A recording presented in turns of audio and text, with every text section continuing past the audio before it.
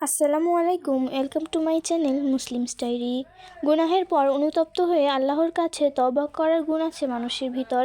মানুষের তওবার গুণটি আল্লাহ তাআলার পছন্দের। এক হাদিসে মহানবী সাল্লাল্লাহু আলাইহি ওয়াসাল্লাম বলেছেন, সেই মহান সত্তার কসম যার হাতে আমার জীবন, যদি তোমরা পাপ না করো আল্লাহ তোমাদের নিশ্চিহ্ন করে দিয়ে তোমাদের পরিবর্তে এমন এক জাতি আনয়ন করবেন যারা পাপ করবে এবং আল্লাহর কাছে ক্ষমা প্রার্থনাও করবে, আর আল্লাহ তাদেরকে ক্ষমা করে দেবেন। সহিহ মুসলিম, হাদিস নং 2748।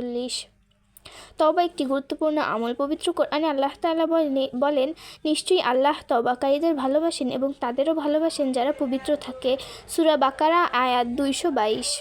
অন্যত্র বলা হয়েছে, যে তওবা করে, ঈমান আনে এবং সৎকর্ম করে আল্লাহ তাদের গুনাহসমূহ নেকি দ্বারা পরিবর্তন করে দেবেন। সূরা ফুরকান আয়াত 70। এখানে গুনাহের পর তওবার ওপর অটল থাকার একটি দোয়া তুলে ধরা হলো।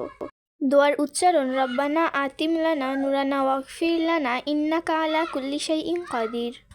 এই দোয়ার অর্থ, হে আমার প্রতিপালক, আমাদের নূরকে আমাদের জন্য পরিপূর্ণ করে দাও আর আমাদেরকে ক্ষমা করো, তুমি সব কিছুর উপর ক্ষমতাবান।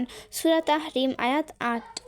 ভিডিওটি ভালো লাগলে লাইক, কমেন্ট, শেয়ার এবং সাবস্ক্রাইব করে আমাদের পাশেই থাকুন এবং অন্যান্য ভিডিওর আপডেটস পেতে চোখ রাখুন আমাদের চ্যানেল মুসলিমস ডায়েরিতে। আসসালামু আলাইকুম।